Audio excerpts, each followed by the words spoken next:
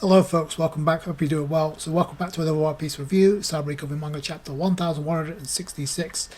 So we finished the events of the God Valley incident, and what I like about this chapter, despite the fact Oda is giving us kind of like a predictable ending to the Loki and King Harold saga, I do like the fact that Oda isn't rushing this. He's actually taking his time, and nor should he rush this because he's taking the better half of the second half of this year to like tell this story. So it's looking like the predictable scenario that we've seen twice already is going to play itself out for a third time, but I'll get into that by the end. So let's start off with the colour spread. I like the colour spread. Obviously, Oda fitting the colour spread with the theme of the term, and obviously we're at the tail end of autumn, about to literally enter winter over a week from now. So we've got 6 of the Straw Hats. We've got Chopper, Usopp, Nami, Luffy, Zoro, and Sanji, along with Tama, Shinobu, and Yamato, all eating hot potato. Got obviously different meanings with words on each of some of the Straw Hats. You got Zoro with a hat or a cap saying cast off. I don't know what's written on Nami's jumper because it's written on the sleeve and you can hardly make it out. This is a hot potato when Luffy can't hold his food, so he's hot. It kind of reminds me of what happened with Luffy before we entered flashback mode. So also, I like the tracksuit that Luffy's got on, the orange tracksuit. Don't know if that's going to become official merch down the line. I would totally buy that. Then you have Yamato with a sweater that reads Odin the Sorrow, which translates to Kuzuki Odin's famous catchphrase and is also his famous last words. Odin won't be Odin if it wasn't boiled. I guess it could be just one of those choices by Oda, but I did find it interesting that the 6 Straw Hats displayed, spoiler alert, are pretty much going to be part of the crew during the end of One Piece live action season 2. So just saying. So we get into this chapter. The previous attack from Raj and Garp actually completely wiped out Zebek, but turns out no. But we can see Zebek's body to start off this chapter. But this is done to give someone else some credibility here. As well, we also see Roger and Garp are down for the count. Zebek, he ain't moving, he's immobile. Gives the Holy Knights the opportunity because they stumble upon Zebek, and you see Saint Summers, Saint Murphy, and obviously Saint Garling. He goes ahead and finishes his job with Zebek, but I do like the fact that Zebek is using his voice to try and communicate with Roger and Garp. I don't know if they hear him because they're completely out of it. But you got Zebek's like, damn it, it's too late, you need to run. Oh yeah, by the way, thanks for stopping me. And of course, Oda trying to double down and make it hate St. Garling even more. But it looked like he stabbed him in the throat, just saying. I mean, he probably stabbed him in the chest, but that's what it looked like. It cut away. We see that Roger and Garp have been saved by Rayleigh and Scarpa. Scarpa is carrying Garp, which is kind of cool because it kind of throwback to when Luffy told Zoro to help out Smoker. Because you got Garp, and the first thing he's asking is, like, how's Rocks doing? And Scarpa's responding, like, you're worried about the enemy? And Garp says, aren't I the enemy to you as well? So then Roger proceeds to ask Rayleigh, what happened to Rocks? And then Rayleigh just straight up responds, oh, he was killed, which I'm kind of curious about because did they see him get killed or did they see his bodies? Also, Garp and Roger kind of like looked out here because apparently either the Holy Knights didn't see them or they were too busy trying to finish off Zebek. We see that God Valley Island is finally crumbling into dust after all the power and haki that's been unleashed in this war. So it finally crumbles apart and it falls back to what Sengoku said when he first mentioned God Valley. So it had nothing to do with Imu's ancient weapon. But the caption that Oda gives us is pretty much what Imu told the agents of the world government in the previous chapter when he said he did not want this incident getting out to the public. So Oda proceeds to say this event would leave no marks on the pages of history. And just for dramatic effect, Oda decided to have the heavens split apart one more time before everybody leaves. You got a panel of the Ora Jackson fleeing alongside the Rocks ship. The surviving members of the Rocks Pirates, they get away like Whitebeard, Big Mom, and Kaido. You got Ivankov and Ginny attending to Kuma. You got Dragon, and you also got Baby Shanks, as well as Eris and Teach, the main players that got away from this incident. So then we board the Ora Jackson to where Roger finally wakes up. Oh, by the way, Gloria So is on board as well, because obviously she's still mad for Roger. So I want to go back to what I said in the previous review. Like, I think Oda kind of missed the boat with showcasing Glorious Soul, what she can do. Like, we didn't really get to see hardly anything. But this scene is about the treasure chest and what's inside. So we got the Roger pirates that iron up the treasure they got, but Rayleigh got his ultimate treasure in the form of Shaki. Roger hears something coming from in the chest, and we know where this is going. When he opens it to find baby Shanks inside. Now, what's interesting is we've seen this scene before in the movie, in film Red, but here it's like kind of different because it's like you got Roger's appearance from this era. It's like it's the same panel, it's just different appearance from Roger. But now it's pretty much canon. Like Oda's manga is pretty much canon now. So this scene here. Then we get to the propaganda, the fake news that's being published. Gee, what a shocker, by Morgan's News about what really went down on God's Valley, and we couldn't find out he's been paid off by the world government. Of course he was. But it's basically to highlight the heroism or the hero of the Marines being Garp, which Garp doesn't really appreciate, but true to form, there is some truth to that, especially with what he does in this later on in this chapter. And obviously this is where Garp back at Navy HQ goes nuts because he doesn't want to hear any of this because he knows what really went down. Sengoku, who already knows that Morgan's News has already been paid off by the world government, so he's trying to calm Garp down. We got banter between the two. It kind of gets physical at one point. Then this actually leads to another scene that mirrors what we got in the previous chapter. And Sengoku here asks Garp, "Are you quitting then?" And Garp responds with the way he did in the previous chapter, "No, he's not, because he's got Marines that need to be protected." So, and then finally, we cut back to Elbath, which is the main purpose of this flashback in general. So it's cool that Oda's given us major developments that's going on in Elbath, what's going on during the God Valley incident. Obviously, we cut to Loki, who's getting the news of what went down.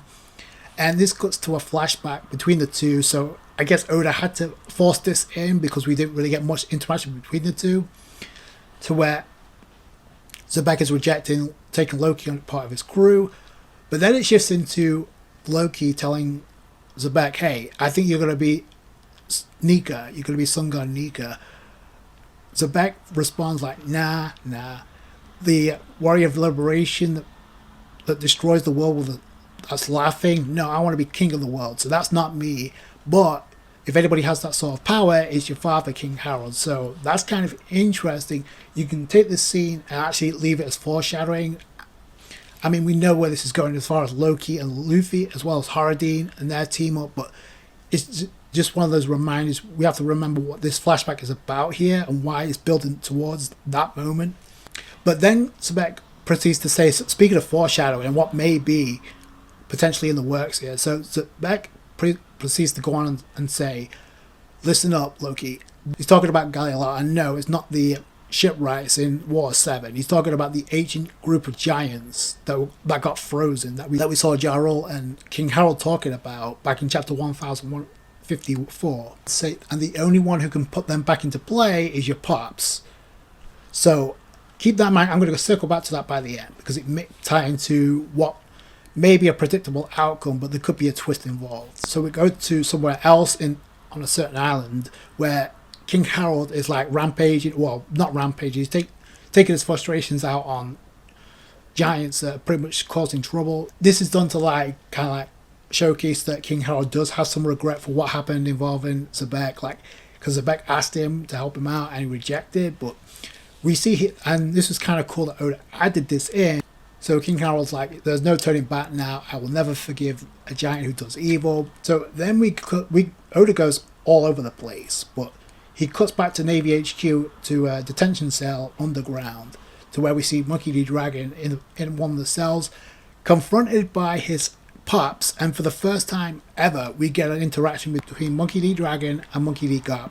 Granted, it was very brief and very hostile, but I appreciate we actually got this. This is we haven't seen this. You got Dragon telling Garp, "I'm gonna quit the Marines." Garp is like, "Yeah," and then Dragon says, "And I despise you as well." So Garp says, "Yeah, okay, fine." He just drops the key to the cell, so we know where this is going. This is why I said about faults here, because we know where this is leading to as far as Dragon choosing his new path. And he quits the Marines. We know where this is going, so you can say Garp had a big time impact on that. We know why what Garp feels about the Marines. So this is why he's dropping the key, and we know where this is leading. So I appreciate that. Speaking of brief, we actually get King Harold, and he's like, it's looking, he's bidding farewell to Ida, Jarul, Loki, and Haradine. But it also looks like a final goodbye from what I see here. So he tells the four of them, I've made up my mind. I don't care about appearances. And Loki and Haradine, you need to get along. You're both my precious sons, so get along. Which, again, this is going to fall in line with what's going on in the present. This is why I was like giving us a reminder. This is what this flashback is about, deep down at the core. Despite the fact that what we got with the Garp Valley incident, this is what it's about and what it's leading to. So, like I said, it looks like a final goodbye. So then King Harold pulls up with his ship to the OG Marineford, Navy HQ, to where he's requested an audience and speaking to high-ranking Marines as well as leaders of the world government to like hear him out, because then he goes on to say, I'm going to rip my horns out in pledge like of apology for atoning for the sins of the past 1,000 years, so that humanity and giants can walk hand in hand. He'll do whatever it takes, even if it means becoming Emu's slave, aka his slave. That's what Oda should have left with, because that's exactly what's going to happen. Now, granted, you got a bunch of Marines that are tearing up from this speech, but the main point here is you got a panel of emus like looking, oh boy, how can I manipulate this poor sap? So that's what's going to happen, and that's how Oda decides to end the chapter, with King Harold about to become the slave for Emu, literally and figuratively. So let's address the elephant in the room. It's like Oda's not even attempting to hide it, because we know where this is leading. So, and it's like the dialogue itself is like blatant in your face. Like, we know where this is going, especially with where it left off with Loki and Jarul finding King Harold's shish kebab while silhouetted in silhouette form. I was kind of hoping that there'd be some kind of twist involved, like, but it does look like this is where we're going, as far as like another situation of Reversi Domi from Emu.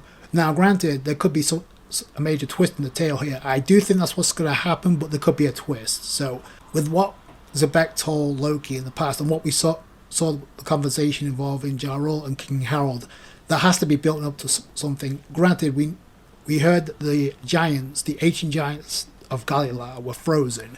The Galila giants, the ancient giants, where they've been captured while setting sail. So, is now a small part of me thinks that maybe the reason that King Harold is like bending over backwards for the world government at this point, despite the fact everything that's gone down, like he's seeing this, either he's seeing this through to the end like an idiot, or because there's no way he doesn't see like how nothing good can come from this. But be that as it may, there could be a deeper purpose here, and maybe the reason is maybe he's going to get down to the bottom of what happened involving the giants of Galila, and that's the reason why he's deciding to take this approach. I don't know. Granted, it's a slim possibility. The end result is going to be King Harold is going to be taken over by Reversi Domi again, by Emu. That's what's going to happen. It sucks. Is it predictable? Is it kind of like lackluster? Sure, but Oda was building towards this with presenting King Harold's character in this way. It's the same thing he did with Zebek. Like, there had to be a reason for it, and why Domi Reversi happened in the present and why it's happening in the past. So I'm not a fan of it either, but I'm just saying, like, I didn't see Oda going in any other direction here, just because we got 6 weeks left in the year, but I don't see Oda rushing that, especially with breaks coming up. So he's going to use the rest of this year to flash out this flashback, as he should, but ending the flashback, and we're going to see the Straw Hats again at the beginning of 2026. The thing I appreciate about this chapter, we're getting other elements to this, as well as like the predictable outcome of King Harold. Like I said, I appreciate the interaction, as brief as it was, with Dragon and Garp. That was kind of an underrated moment that people, I don't think, are going to overlook, but it's going to get overshadowed by everything else. I don't know what's going to happen. Like, I find it very interesting, like, throughout this entire chapter, despite how Oda has used time skips to get to the God Valley incident, we didn't see a single time skip, unless I'm mistaken. You guys saw something with magnifying glasses. I didn't see anything of a time jump or a time skip in this chapter, so we don't know how much time has passed 14 years ago is when King Harold was killed, quote unquote, by Loki. We're going to find that out real soon. I'm pretty sure we're going to get time jumps next chapter. So we don't know what happened to Eris. We may find out via a Teach flashback. We don't know what's going to happen involving Ida as well. What's going to happen to her? We don't even know if she's technically still alive or if she's somebody else named Mosa. We don't know. Like I said, very simple chapter. Like Oda decided to follow up with the aftermath of God Valiant Student without any time jumps. So I appreciate that. What do you guys think? That comments below. Straightforward chapter, although I did appreciate a lot. If you enjoyed this video, you guys know what to do. Hit that thumbs up. I appreciate that. I appreciate you guys support when it comes to these reviews. Take it easy, guys. Bye.